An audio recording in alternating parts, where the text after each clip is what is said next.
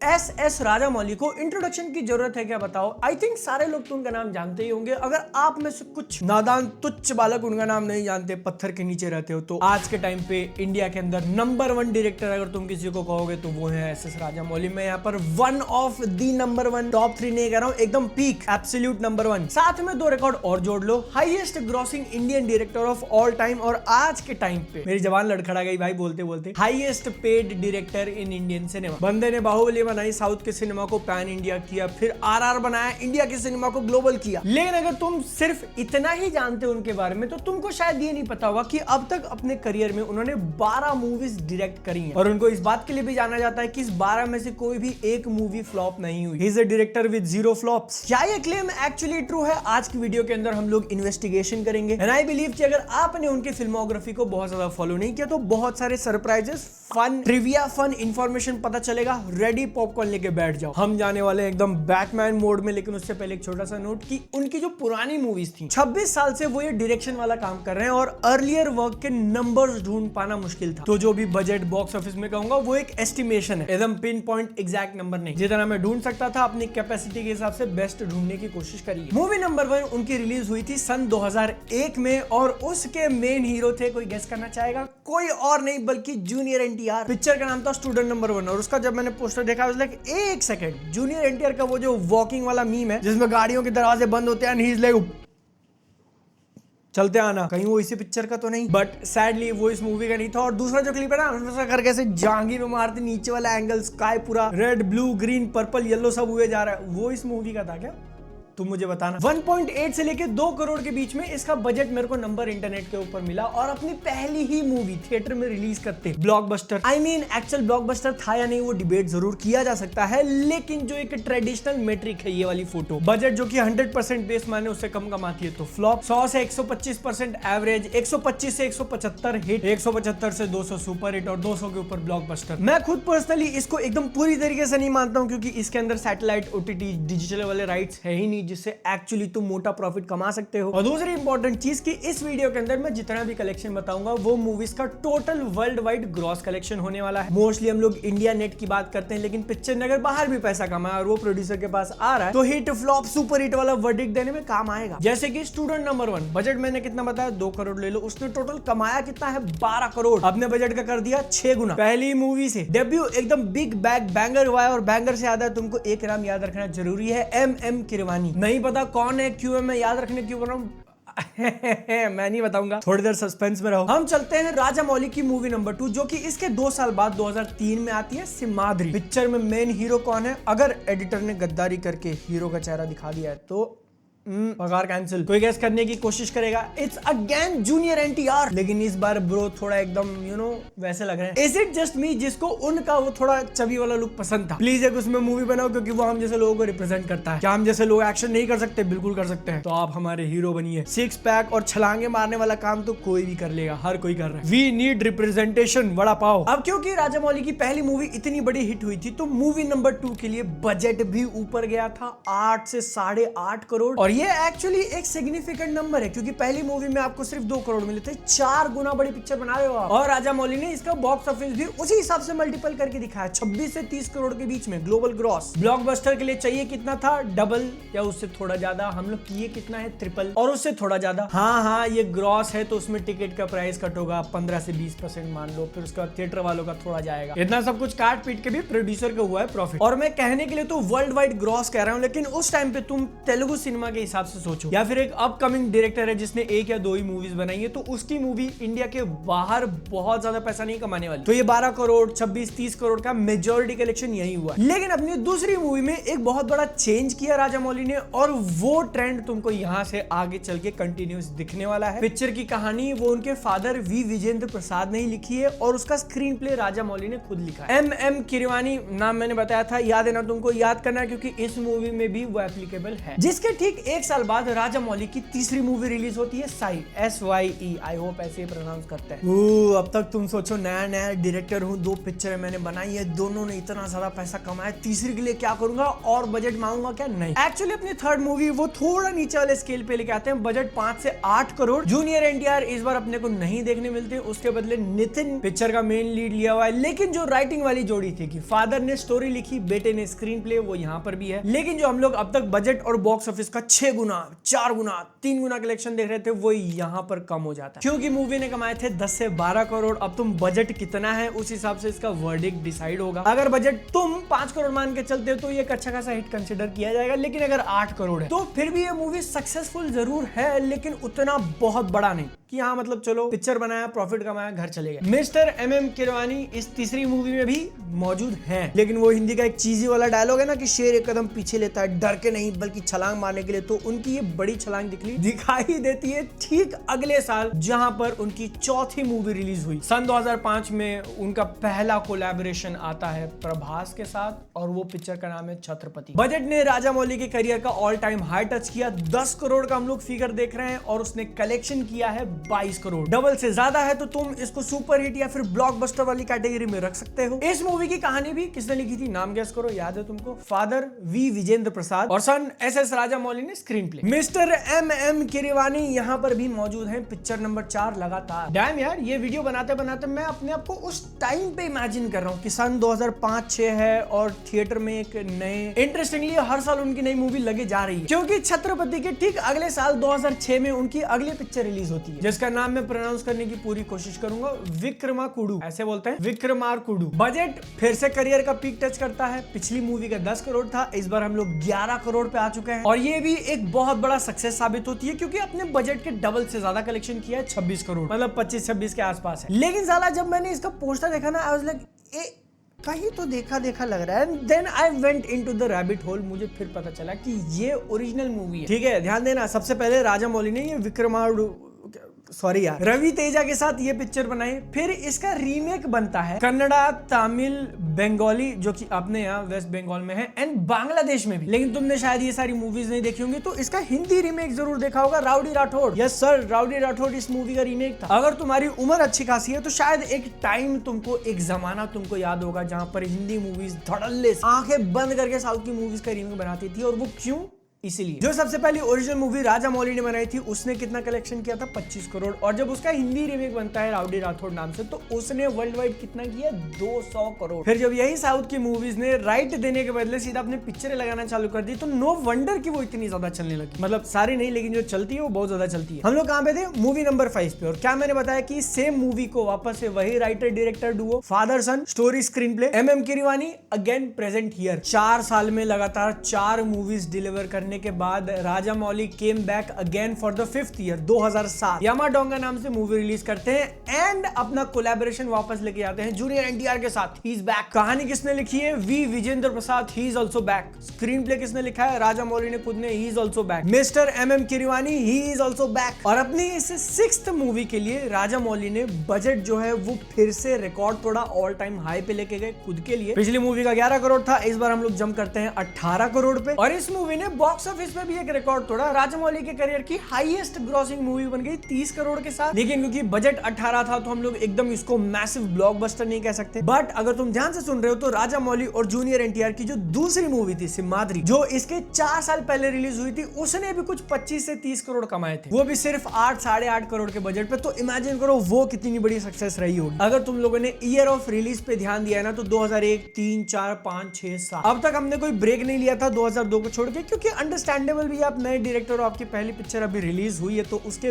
बाद आप next movie काम करोगे। बट 2008 में हम लोग जाके फाइनली ये पर ईयर एक मूवी वाला स्ट्रीक तोड़ते हैं, जो कि एक डायरेक्टर के लिए मैं कहूंगा बहुत ही ज्यादा अमेजिंग है। और ये गैप एक्चुअली लिया क्यों था? क्योंकि अपने करियर की सबसे बड़ी मूवी बनानी थी। अब तक जो हम लोग मूवी का बजट 10, 11, 18 करोड़ देख रहे थे ना, उससे एक बहुत बड़ा जंप लेना था, एक लीप ऑफ फेथ लेना था, एक बहुत बड़ा रिस्क लेना था। और यही सेम चीज तुम आगे चल के भी नोटिस करोगे। 18 करोड़ जो अब तक उनकी सबसे एक्सपेंसिव मूवी थी, उससे सीधा हम लोग जंप करते हैं 42 करोड़ पे। और एक्चुअली ये कितनी बड़ी चीज है वो तुम्हारे दिमाग में डालने के लिए बस इतना सोचो कि अब तक राजा मौली की किसी भी मूवी ने 6 मूवीज रिलीज कर चुके हैं, अब तक किसी ने भी 30 करोड़ के ऊपर कमाया नहीं है, और तुम उनकी इकलौती मूवी पे 40 करोड़ बजट लगा रहे हो। एज अ प्रोड्यूसर तुम्हारे पास भी बॉल्स ऑफ स्टील चाहिए, क्योंकि फिर तुम एक्सपेक्ट कर रहे हो कि एक ऐसा डायरेक्टर जिसने अब तक 30 करोड़ वाली हाईएस्ट मूवी दी है, वो इस पिक्चर से तुमको 80 करोड़ कमा के देगा। मूवी का नाम मैंने बताया नहीं क्या, 2009 की हम लोग बात कर रहे हैं। रामचरण के साथ पहली पिक्चर बनाई उन्होंने मगधीरा, जिसके अंदर अगेन राइटर वही उनके फादर हैं, स्क्रीन प्ले उन्होंने खुद लिखा हुआ है,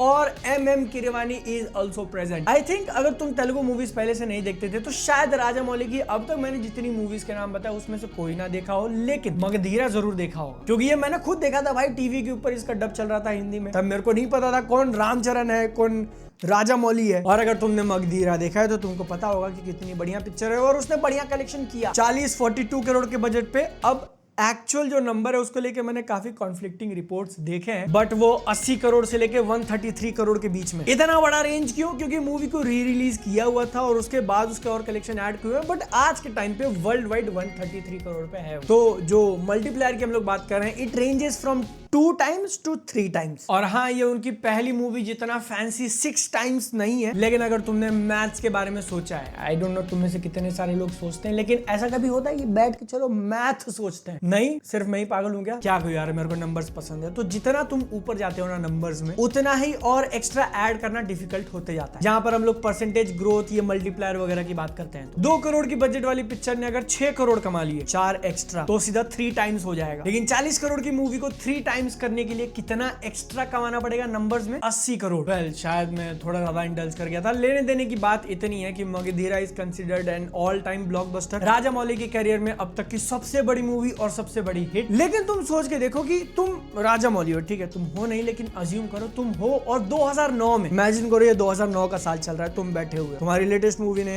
बहुत पैसा कमाया। अब इसके बाद क्या करूं? है 40 करोड़ का बजट मेरे को अलॉट हो गया था, और बड़ा बनाऊं? 7 पिक्चर मैंने अब तक बनाई है और 7 ने बहुत ज्यादा पैसा कमाया। 8वें के लिए एकदम ग्रैंड ना, नो सरप्राइजिंगली अपनी 8th मूवी के लिए राजा मौली ने काफी ज्यादा स्केल डाउन किया। पिक्चर बनाई मर्यादा रामना, जिसमें मेन हीरो लिया सुनील को। इनको तुमने अगर डब में देखा हुआ तो बहुत ज्यादा कॉमेडी करते हुए देखा होगा, लेकिन मैं इनको एज एन एक्सीलेंट डांसर जानता हूँ। धक धक करने लगा मोरा जिया जलने, भाई क्या स्टेप थे, अल्लू अर्जुन को ओवरशैडो कर दिया था। जहां पर मगधीरा का बजट 40 करोड़ के ऊपर जा चुका था, इस अगली मूवी के लिए उन्होंने सिर्फ 14 करोड़ में बनाया, और ये 14 करोड़ का बजट पिछली की पिछली मूवी के 18 करोड़ से भी कम है। चेंज के नाम पे एक और चीज देखने मिलती है कि पिछली 6 मूवी से लगातार कहानी उनके फादर ने लिखी थी, बट इस बार different. Story is by SS Kanchi, screenplay Rajamouli ने ही लिखा है, और MM कीरवानी सर प्रेजेंट हैं। मूवी बॉक्स ऑफिस के ऊपर बिल्कुल भी डिसअपॉइंट नहीं करती है। 30 करोड़ से 40 करोड़ के बीच में उसने कलेक्शन करके दिखाया, जो कि उसके बजट के डबल से भी ज्यादा था। एंड हम लोग फिर से 1 साल का गैप देखते हैं। 2011 में राजा मौली की कोई भी मूवी नहीं आई, क्योंकि 2012 के लिए वो प्रिपेयर कर रहे थे। अगेन बिग बजट मूवी, अपना पिछला मगधीरा वाला 42 करोड़ का रिकॉर्ड तो नहीं तोड़ पाए, लेकिन उनकी मूवी नंबर 9 का कहा जा रहा है कि 25 से लेके 40 करोड़ के बीच में बजट है। 25, 35, 40। और इंटरेस्टिंगली मूवी में मेल लीड के लिए उन्होंने नानी को लिया, लेकिन वो पहले 15 मिनट में ही मर जाता है। फिर बाकी की पूरी पिक्चर समांता और सुदीप चला रहे हैं। शायद तुम में से कुछ लोगों ने गेस कर लिया मैं कौन से पिक्चर की बात कर रहा हूं। तो एक रीजन जिसके कारण इसका बजट इतना ज्यादा गया था ना, क्योंकि एक सिंगल क्रीचर, एक छोटे से जानवर के ऊपर पूरी पिक्चर बनाई हुई थी, और उसका VFX आई थिंक जब मैंने देखा था